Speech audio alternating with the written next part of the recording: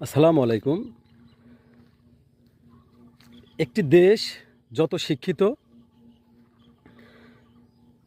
একটি জাতি তত উন্নত।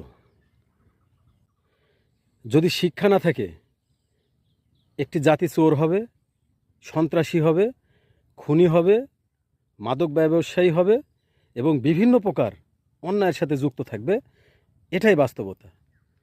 আর সেই অন্ধকার জগতের মানুষগুলোকে আলোর পথ দেখানোর একমাত্র কারিগর হলো শিক্ষক। সবচাইতে দুঃখের বিষয়, সেই শিক্ষকগুলা আজকে রাস্তায় নেমেছে।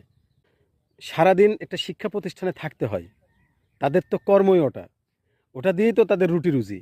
সেখানেও যদি আপনারা এই দাবিটা মানতে যদি আপনারা ব্যর্থ হন, তাহলে একটি দেশ, একটি জাতি কিভাবে উন্নতি হবে?